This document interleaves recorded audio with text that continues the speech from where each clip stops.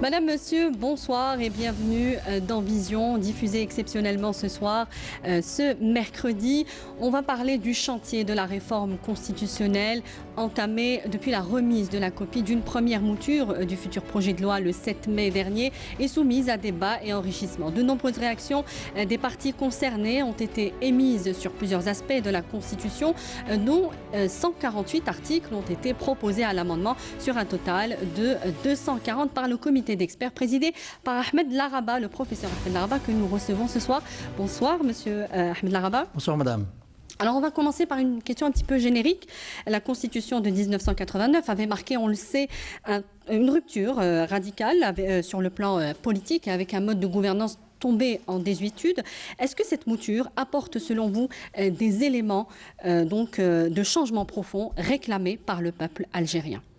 Je pense que la mouture que nous avons remise à Monsieur le Président de la République le 24 mars dernier peut être considérée comme l'amorce d'une vision nouvelle, non pas seulement de l'Algérie, mais également de la Constitution qui peut, par touches successives, rompre avec le modèle constitutionnel algérien qui a été consacré dans la Constitution du 22 novembre 1976.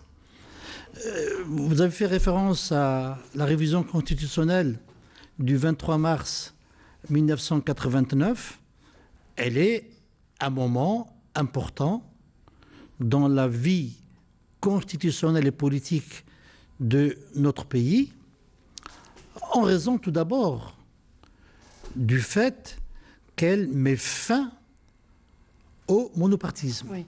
En soi, une telle décision a été considérée à juste titre comme étant un véritable tsunami juridique, parce que la consécration progressive du multipartisme a évidemment irradié toutes les dispositions de la Constitution et a touché à pratiquement toutes les facettes, tous les pans, tous les chapitres de la Constitution. À certains égards, ce que la mouture que nous avons remise se propose, c'est de manière sans doute moins spectaculaire, être l'amorce d'une constitution qui va aller en concrétisant encore plus et en consolidant encore plus l'idée d'un État de droit auquel la lettre de mission qui nous avait été confiée par M. le Président de la République faisait allusion. Vous dites que c'est un processus en construction, oui. Ce changement. Alors, c'est un processus en construction parce que, pour utiliser une formule révolutionnaire, ce n'est pas le grand soir. Ce n'est pas le grand soir. La Constitution de 1989, par exemple, au-delà des aspects relatifs à la suppression du parti unique, si on s'attache un peu plus, par exemple, à l'examen des rapports au sein de l'exécutif ou des rapports entre l'exécutif et le législatif, n'est pas si différente de la mouture que nous proposons, que nous avons fini par proposer. Dans les deux cas, il y a un président de la République qui est élu au suffrage universel direct.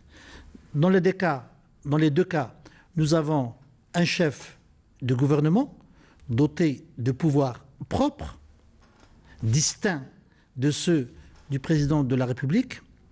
Et nous avons, dans une des deux hypothèses sur laquelle peut-être nous reviendrons, à hauteur de l'article 108, l'hypothèse, le cas de figure, dans lequel le chef du gouvernement va appliquer son propre programme, et non pas celui du programme du président. Alors, ceci répond peut-être déjà par anticipation à ma future question, puisque, je l'ai dit en début d'émission, nous allons un petit peu nous attarder sur les réactions qui ont entouré la présentation de cette nouvelle mouture de la Constitution, de la future Constitution. Certains donc ont salué des avancées significatives dans des domaines liés notamment aux droits et libertés publiques. D'autres ont parlé de toilettage ou de simples réformettes d'une mouture constitutionnelle qui a manqué d'audace et de pertinence, comme dans le chapitre équilibre des pouvoirs, sans parler de certaines dispositions qui ont été considérées comme étant floues, voire ambiguës. Qu'est-ce que vous répondez à cela? Alors, votre question est très vaste. Et elle nécessiterait que nous tentions, avec votre permission, allez-y, avec votre permission, de la découper ou de la segmenter, oui. Oui, de la distinguer.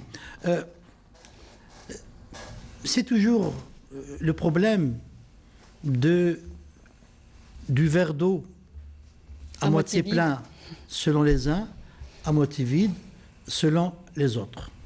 Je ne suis pas d'accord avec la formule de réformette, qui, au-delà de son caractère péjoratif, ne reflète en rien les innovations, les préconisations que nous avons consacrées dans cette mouture du 24 mars.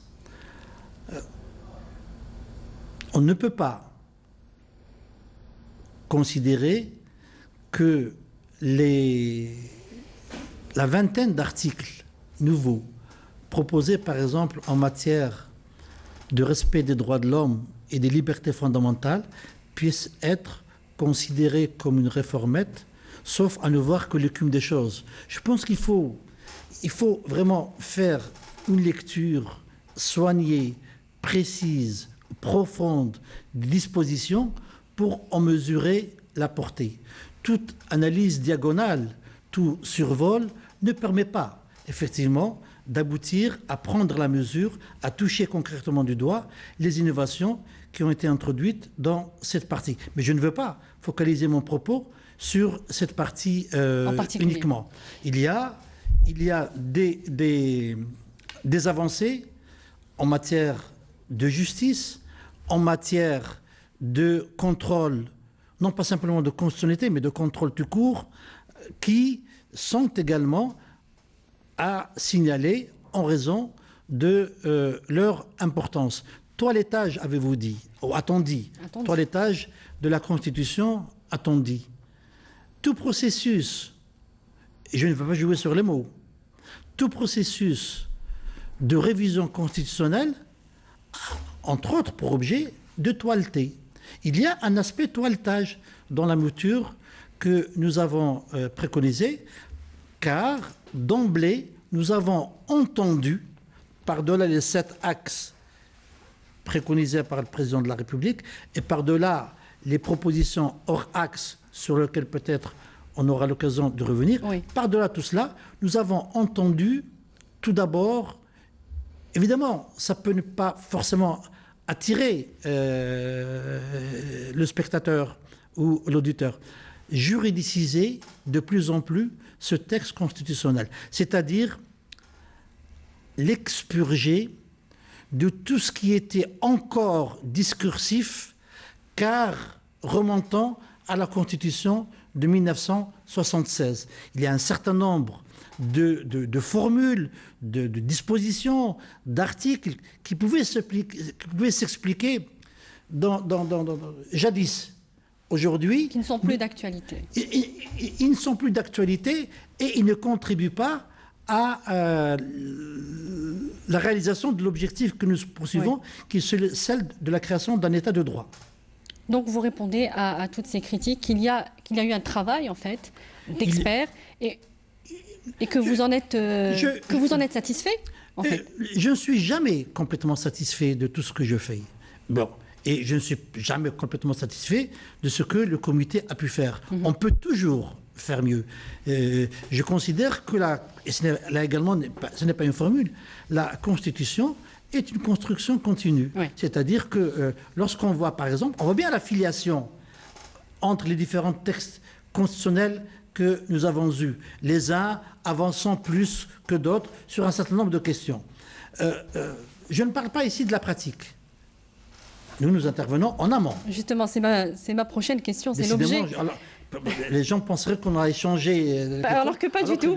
Je n'en ai absolument pas pris connaissance. C'est justement l'objet de ma future question, enfin ma question suivante.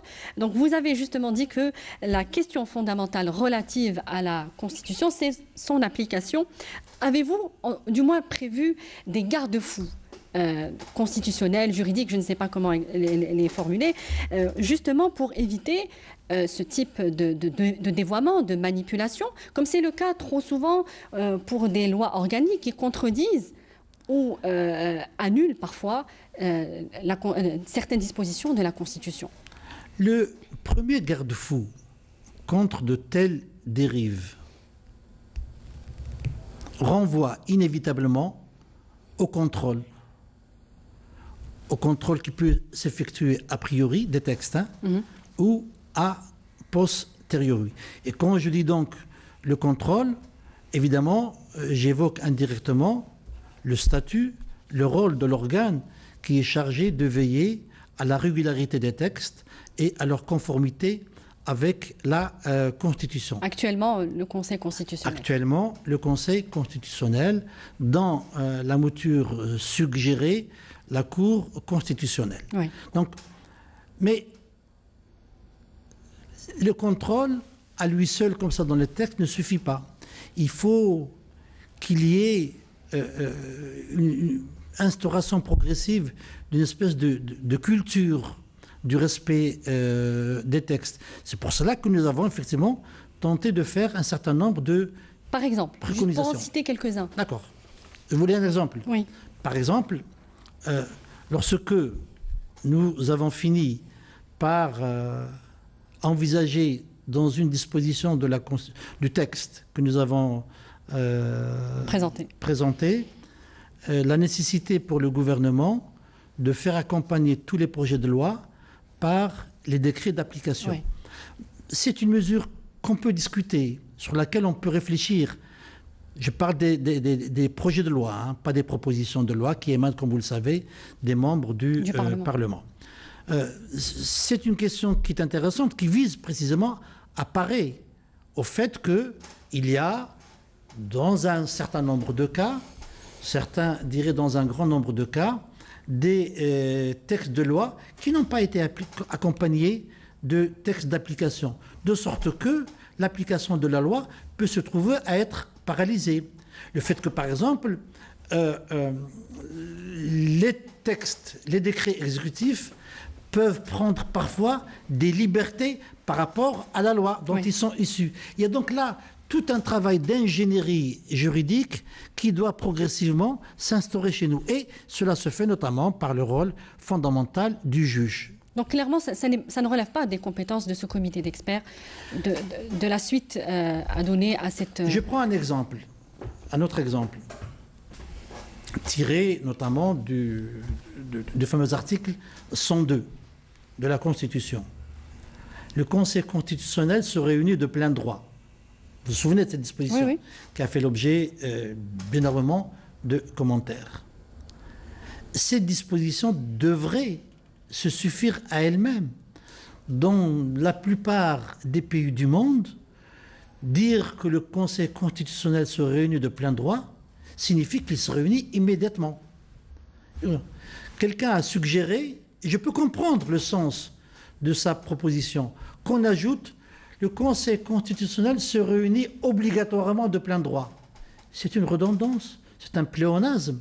Donc, partout au monde, dans le monde, elle pourrait susciter des petits sourires, parce qu'on n'a pas besoin Or, chez nous, vous le savez bien, le Conseil constitutionnel, au mois de mars, ne s'est pas réuni alors même qu'il aurait dû le faire. Alors, cette question m'a énormément taraudé personnellement. Mais elle a également été l'objet du souci de tous les autres membres du comité. Comment faire juridiquement pour amener le Conseil constitutionnel à se réunir? Vous enverrez une consultation juridique de Parlement dont vous direz, mais enfin, il doit se réunir de plein droit. Il n'y a aucune chose à ajouter.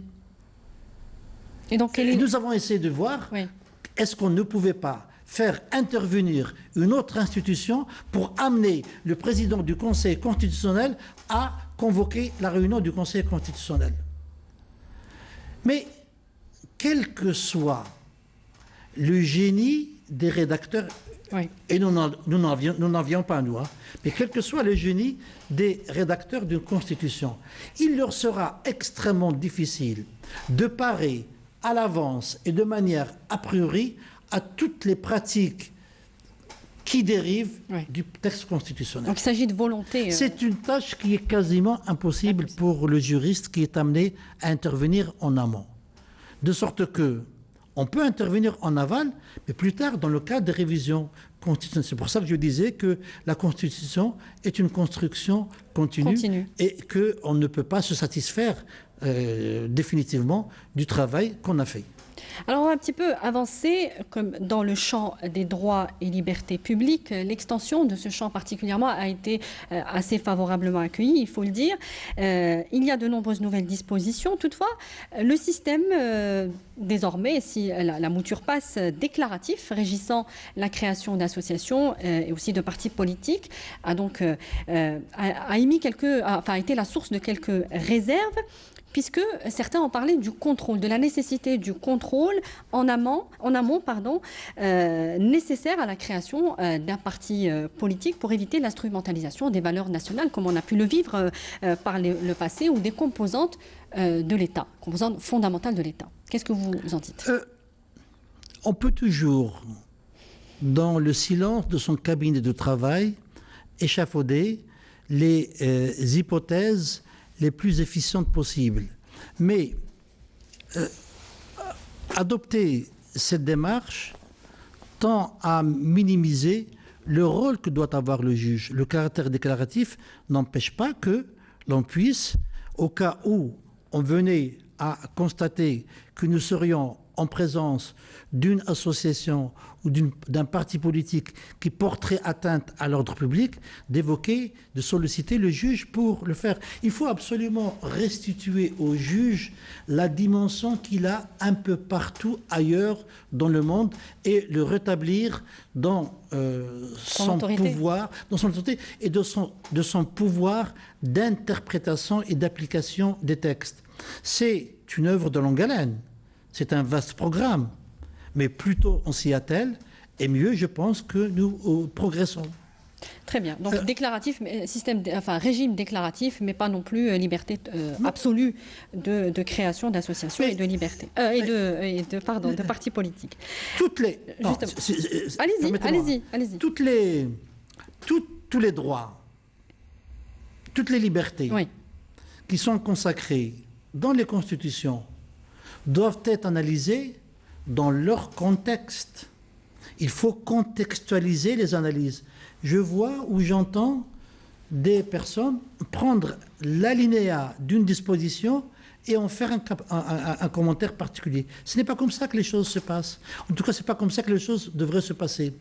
Les règles d'interprétation ont leurs propres règles. N'interprète pas qui veut, n'interprète pas qui a décidé d'interpréter. Il y a un certain nombre de règles qu'il faut respecter. Et donc, dans le cadre du régime déclaratif, il faut bien évidemment tenir compte d'un certain nombre de fondamentaux de la Constitution, dont les valeurs, dont l'ordre public, etc., etc. Il faut lire la Constitution dans son entièreté, même si nous voulons analyser une seule disposition. Alors, la liberté de la presse, professeur Laraba, sous toutes ses formes et interdiction de contrôle préalable sur cette liberté, c'est ce qui a été proposé dans cette nouvelle mouture. Quelle est la pertinence de cet amendement particulièrement, puisque cette disposition existe déjà, notamment dans la Constitution de 2016 ? La question de la liberté de la presse existait déjà dans les constitutions précédentes. Cette question me permet de préciser un petit peu la méthodologie que nous avons adoptée. Et je ne veux pas être théorique quand je le dis. Effectivement, 2016 consacre la liberté de la presse. Mot pour mot, professeur Laraba. Mot pour mot. L'apport de notre proposition est de détailler au maximum la signification du contenu du droit de la liberté de la presse. En quoi consiste-t-il? Pourquoi sommes-nous sentis investis d'une obligation pour le faire?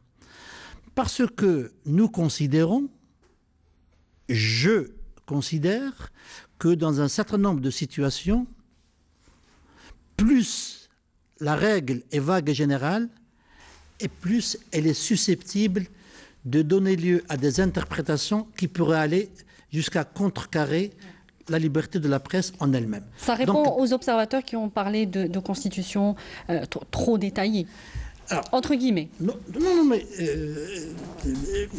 je veux bien en débattre et je souhaitais même en débattre. J'évoquais hier quelqu'un qui disait, mais c'était il y a 200 ans, un peu plus de 200 ans. Il faut faire des mises à jour, qui disait qu'une constitution devait être courte et obscure. Oui. Vous comprenez? Je dis souvent ça aux étudiants. Ouais. Je leur demande de faire des mises à jour. Pour être clair.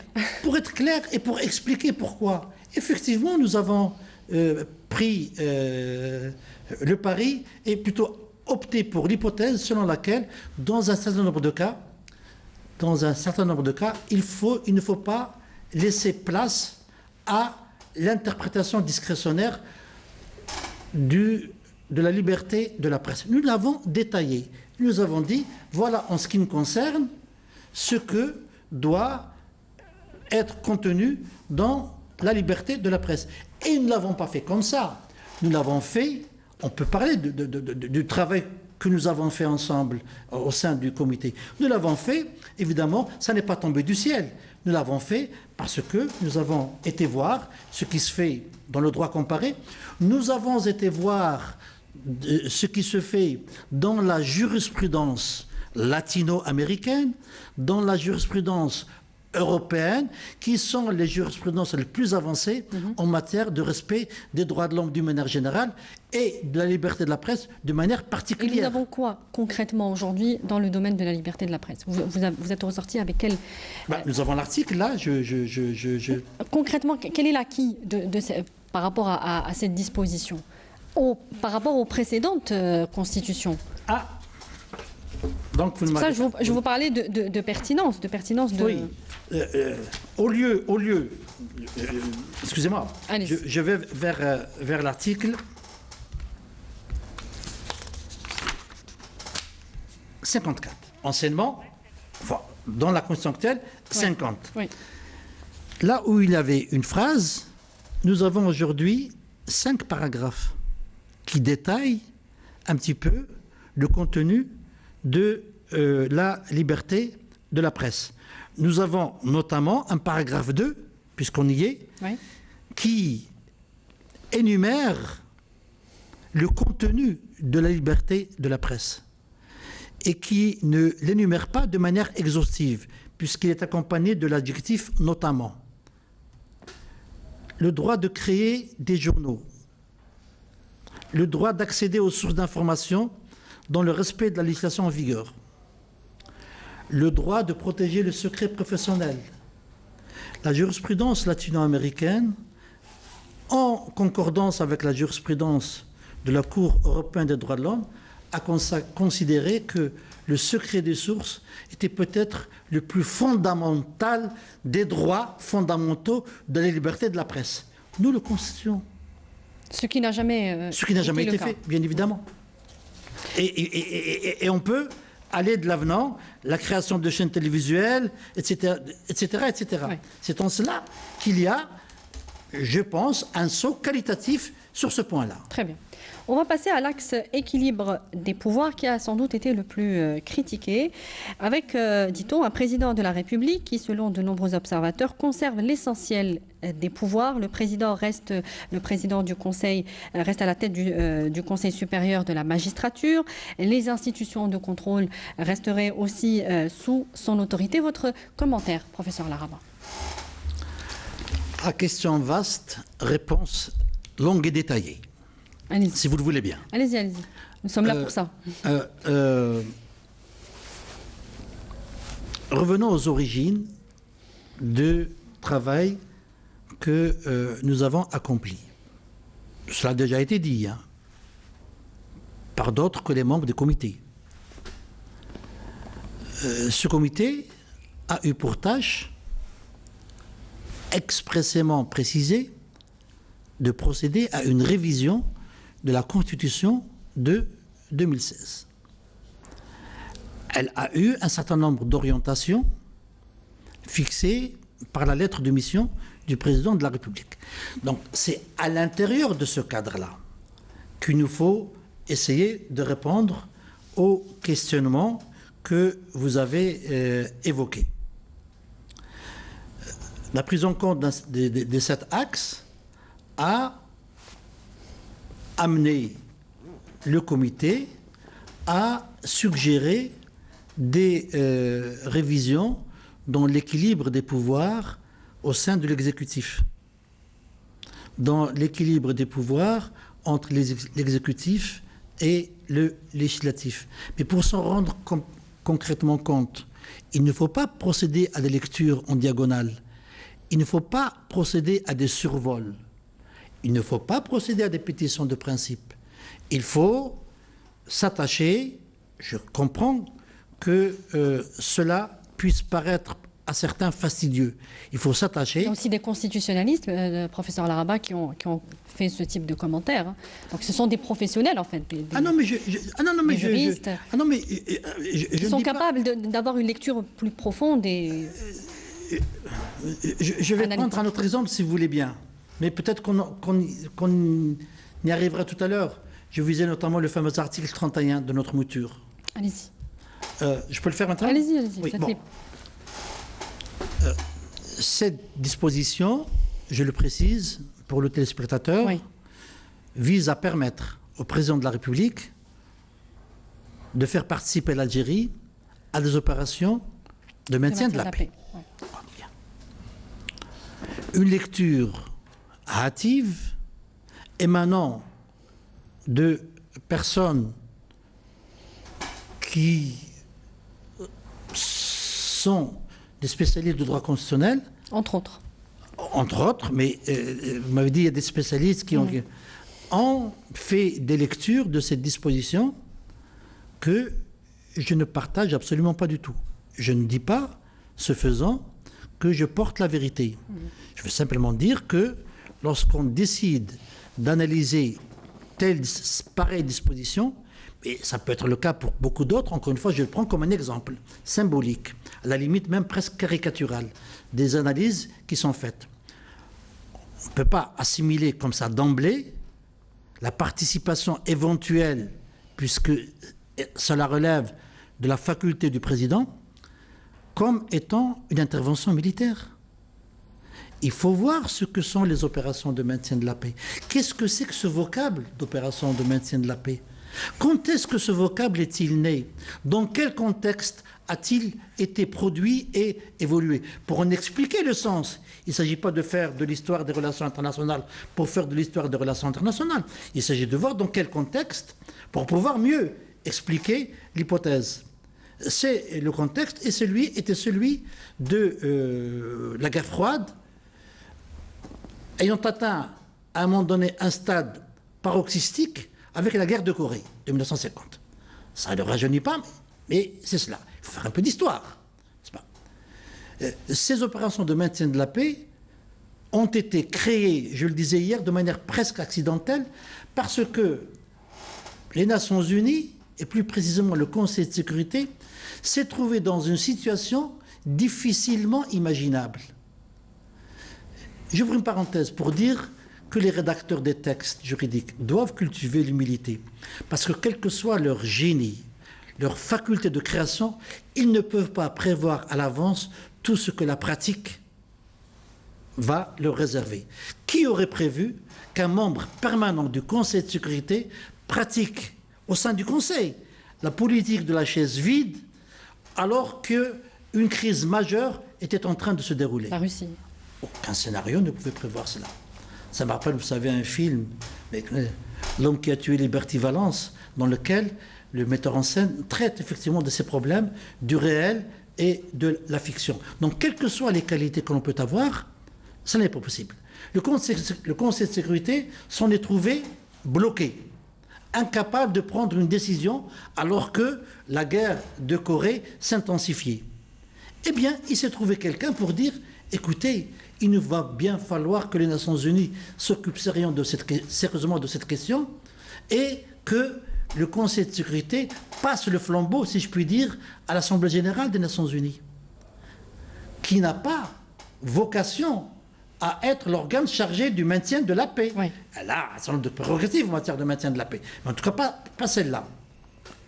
Il y a une disposition de la charte, l'article 12, paragraphe 1er, qui dispose ainsi: tant que le Conseil, je cite de mémoire, tant que le Conseil de sécurité remplit ses obligations à l'égard d'une affaire.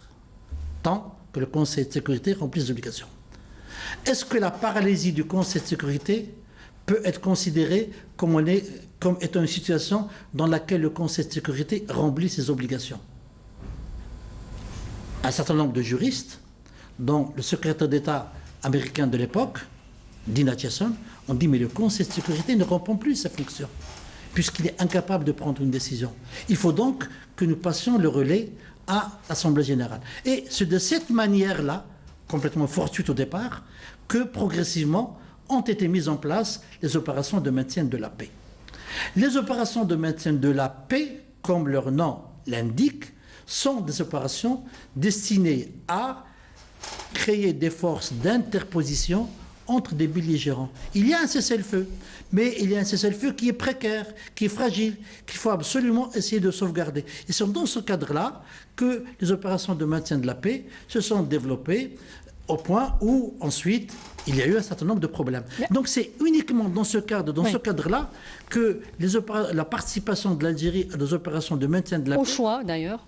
Au choix. Mais au choix. Oui. Au choix. Et rien à voir, nous avons peu de temps, et rien à voir, vous l'avez dit, je vous prends à votre propre mot, madame, et rien à voir avec, évidemment, les multiples interventions étrangères qui ont lieu, soit sous la bannière du Conseil de sécurité, oui, soit, comme en Irak en 2003, sous la bannière d'un certain nombre d'États. Ça reste des foyers de tension, professeur Laraba, et nous savons aussi que les missions de maintien de la paix sont souvent, en tout cas ce qu'on a pu observer en Afrique notamment, sont coûteuses en vie humaine. Et connaissant le dogme auquel s'attache encore l'Algérie, la non-ingérence dans les affaires des États et le principe de souveraineté. C'est une disposition qui en a surpris plus d'un. Moi, j'aurais voulu juste vous poser, puisqu'on y est, on avance un petit peu par anticipation, comment est venue la réflexion sur ce type de disposition? Au sein du comité? Oui, au sein du comité. Bien. Comment est née cette piste de réflexion? Bien.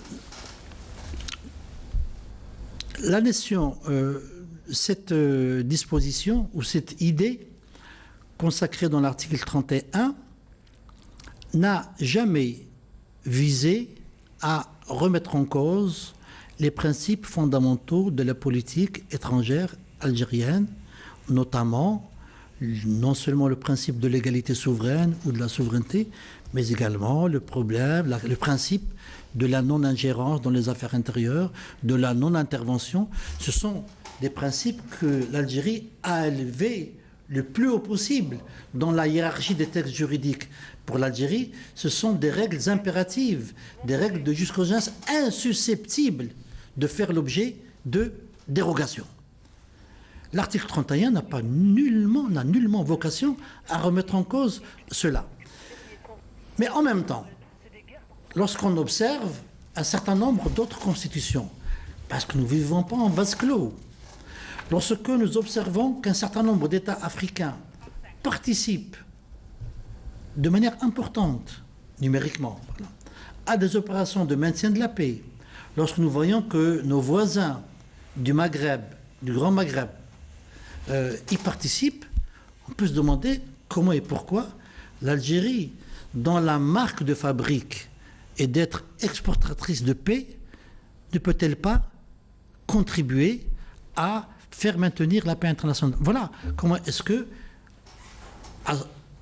cette idée a avancé, a émergé. Et vous savez qu'aujourd'hui, juste pour terminer là-dessus, que les opérations de maintien de la paix interviennent sous des bannières un petit peu floues, notamment pour agir dans des guerres par procuration, des conflits internationaux. Et parfois, on ne sait même pas qui fait réellement bouger les lignes. C'est pour cela qu'il y a aujourd'hui débat sur cette disposition. Il y a débat parce une forme de réserve et de crainte aussi, que l'Algérie se retrouve contre, comment on dit, j'en perds mes mots, que l'Algérie se retrouve malgré elle. Voilà. Malgré elle, oui, dans des conflits qu'elle n'a pas choisis. Mais voilà, c'est le débat. Non, mais j'ai bien entendu ce genre d'argument. Oui. Je peux comprendre les inquiétudes qui ont pu naître, mais elles naissent d'une lecture très extensive de ce qui est contenu dans l'article 31 de nos propositions. Il ne s'agit absolument pas d'intervention. Évidemment, les opérations de maintien de la paix ont évolué. Oui, ont évolué. Muté, pour ne pas parler de... Oui, ont muté. Oui, parfois ont muté, avec effectivement le risque de perte de vie humaine. Oui. À aucun moment, le comité n'a voulu revendiquer le droit de faire perdre des vies humaines à l'Algérie. Nous sommes particulièrement sourcilleux d'un certain nombre de questions d'ordre fondamental. Mais l'Algérie, exportatrice de paix, doit ou peut participer. N'oublions pas que c'est une possibilité, c'est une faculté. Oui. Et donc, la participation à ces opérations se fait par accord, par consentement mutuel, si je puis dire. Donc, en fait, il s'agit de donner le choix aujourd'hui d'aller vers une intervention Il s'agit de ne pas exclure pareille possibilité. Très bien. Alors, pour revenir donc au champ dont on parlait, de l'équilibre des pouvoirs, les attributions du vice-président qui pourrait assumer cette fonction pour le reste du mandat présidentiel en cas de vacance définitive du pouvoir, une disposition qui pose problème selon aussi de nombreux observateurs, un problème de légitimité d'un président non élu et qui menacerait, selon certains, les articles précisément 7 et 8 qui stipulent que le peuple est source de tout pouvoir. Votre commentaire, professeur Larabin. Alors, je voudrais dire ici également un certain nombre de choses et apporter peut-être un certain nombre de précisions. La création d'un poste de vice-président de la République n'est pas un scoop en Algérie. Vous savez que la Constitution de 1976 l'a expressément envisagé. C'est agi pour nous, compte tenu du poids de la charge du président de la République, qui sont la conséquence directe du fait qu'il soit élu au suffrage universel direct. Et secret. Hein? Comment? Et secret. Et secret, bien évidemment. Et donc, il a une place particulière, singulière, qu'on ne le veuille pas dans la Constitution, en tant qu'institution publique. D'envisager, si on ne le fait pas, il ne pourra pas le faire. La possibilité pour le président de la République, à un moment donné, de nommer un vice-président qui l'accompagnera le temps qu'il estimera nécessaire dans l'accomplissement de ses tâches en lui donnant un certain nombre de fonctions. Je pense que jusque-là, cette question ne pose pas problème. Non. Mais effectivement, au sein du comité, cette disposition a été longuement discutée. Nous ne sommes pas une espèce de bureau politique d'un quelconque parti communiste des années 50, monolithique. Nous en avons discuté âprement. Nous avons finalement, une majorité a été réalisée autour de cette hypothèse. Mais, comme je le disais hier, sans vouloir me défiler, le comité propose et le peuple dispose. Dans la période actuelle, qui est celle dans laquelle l'ensemble des citoyens, des partis politiques, des associations sont invités à faire part de leurs propositions. D'une certaine manière, le peuple, indirectement, va pouvoir participer. Oui. Et il est évident que le sort final qui sera réservé à cette disposition dépendra, nous y attendons actuellement, de ce qui se dégagera des propositions et préconisations qui nous arrivent. Très bien. Donc, on va avancer un petit peu rapidement sur les... Il y a un certain nombre de questions qu'il faut aborder sur le domaine de la justice. La disposition phare dans ce domaine est sans doute le remplacement du Conseil, l'une des dispositions en tout cas, le remplacement du Conseil constitutionnel par une Cour constitutionnelle. Là encore, les commentaires parlent d'un changement non fondamental, notamment dans la composition de la Cour constitutionnelle. Et puis le Conseil constitutionnel, a-t-on dit, avait déjà vu ses prérogatives et missions élargies dans la Constitution de 2007. Très rapidement, professeur Laraba, je sais que c'est compliqué. Bon, je vais essayer d'être le plus rapide possible. Dans le cadre d'une révision de la Constitution, ou dans le cadre de l'élaboration d'une nouvelle constitution. On ne part pas de zéro. Aujourd'hui, on va voir un petit peu ce qui se passe, comment est-ce que les choses se passent un petit peu ailleurs. Ça ne signifie pas sacrifier à une mode, hein.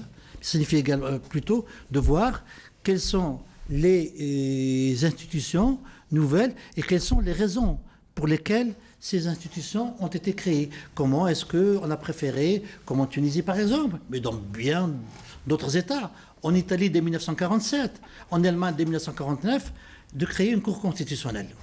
Bon. Et quelles sont les raisons qui ont amené certains États à choisir plutôt l'expression de Conseil constitutionnel. Ouais. Je disais hier que tout changement sémantique n'était pas anodin. Oui. Il est porteur. Alors justement, quel est aujourd'hui l'intérêt pour nous de disposer d'une Cour constitutionnelle? Toujours la recherche de la consolidation, du perfectionnement, de l'amélioration de l'état de droit par le biais d'une juridisation encore plus musclée de la composition du Conseil, de la Cour constitutionnelle. Là, les conseils constitutionnels ont souvent eu pour origine une espèce de méfiance, de défiance des présidents de la République dans ces pays-là à l'égard du monde juridique. Non pas simplement du monde judiciaire, mais du monde juridique. On préfère nommer, par exemple, ce qu'on appelle des politiques ou des praticiens du droit plutôt que de faire appel à des magistrats ou à des universitaires qui, par leur pointillisme, peuvent à un moment donné paraître gênants. En plus, les prérogatives sont élargies dans la mouture que nous proposons de la Cour constitutionnelle, puisqu'elle va notamment s'occuper de ce qu'on appelle dans le jargon juridique la conventionnalité des lois, c'est-à-dire la conformité des lois avec les conventions internationales, car il ne faut jamais le perdre de vue. En Algérie, depuis 1989, le traité ratifié est supérieur à la loi. Et cela doit entraîner toute une série de conséquences, notamment dans le cadre de la confection de la loi, question qui n'a pas toujours été examinée avec soin, avec netteté. Alors, un petit peu dans le même esprit, et vu le contexte que nous vivons aujourd'hui de lutte contre la corruption et contre la dilapidation des deniers publics, nous avons d'anciens hauts responsables, des hauts cadres de l'État qui ont été traduits devant la justice de notre pays. La Haute Cour de l'État, professeur Laraba, a institué dans l'article 177 de 1996 pour statuer sur des actes de haute trahison du président de la République comme du Premier ministre. Nous avons deux anciens premiers ministres qui sont actuellement en détention et attendent le verdict de leur procès. Est-ce qu'il n'aurait pas fallu remettre cette haute cour de l'État aujourd'hui sur la table, enfin, comment on dit, en tout cas d'actualité, la remettre au goût de l'actualité? Je peux vous faire une réponse convaincante mais facile, celle de savoir que je ne peux pas intervenir ou me prononcer alors qu'il y a des affaires de justice en cours. Mais je ne me satisfais pas de cet argument. Nous avons discuté la question de la Haute Cour de justice. Oui. Nous avons discuté, nos avis étaient partagés. Nous avons estimé qu'il fallait peut-être attendre l'adoption de la loi organique laisser la loi organique être adoptée pour voir un petit peu comment est-ce que... oui. Oui, justement, c'est le problème de cette haute cour qui n'a jamais vu ces textes d'application. C'est ça Il ne dont vous on a parle. pas échappé, madame, que nous travaillons en amont de la Constitution. C'est-à-dire qu'il ne nous appartient pas, mais nous souhaitons fortement que pareille loi intervienne le plus tôt possible, que nous soyons une autorité, un organe qui est chargé de veiller à l'élaboration et l'application des lois organiques. Alors, il nous reste deux questions, précisément, professeur Laraba. La possibilité, et cette disposition a été considérée comme étant pas claire, en tout cas, la possibilité de doter certaines communes d'un statut particulier. Pourquoi? Comment? Quelle histoire! Vous savez, quand on rédige des dispositions, on peut imaginer toutes sortes d'interprétations. Oui. Mais souvent, il y a des interprétations qui sortent comme ça, qui, moi, personnellement, à maintes reprises, m'ont laissé pantois. Oui, particulièrement sur cette disposition. Particulièrement celle-là. L'objet poursuivi par pareille disposition, c'est, on n'en a pas parlé au départ, je souhaitais peut-être le faire, c'est essayer de trouver un rapport entre le droit et le réel. Comment est-ce que le droit peut prendre en compte un certain nombre de réalités incontestables?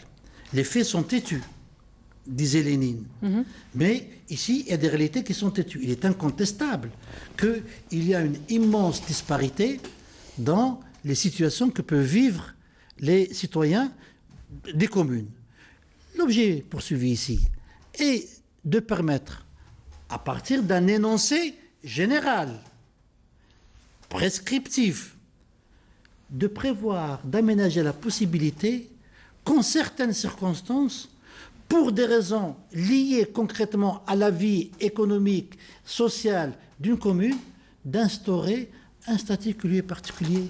Mais ce mot particulier, ce statut particulier, qu'est-ce qu'il signifie? C'est-à-dire que nous partons...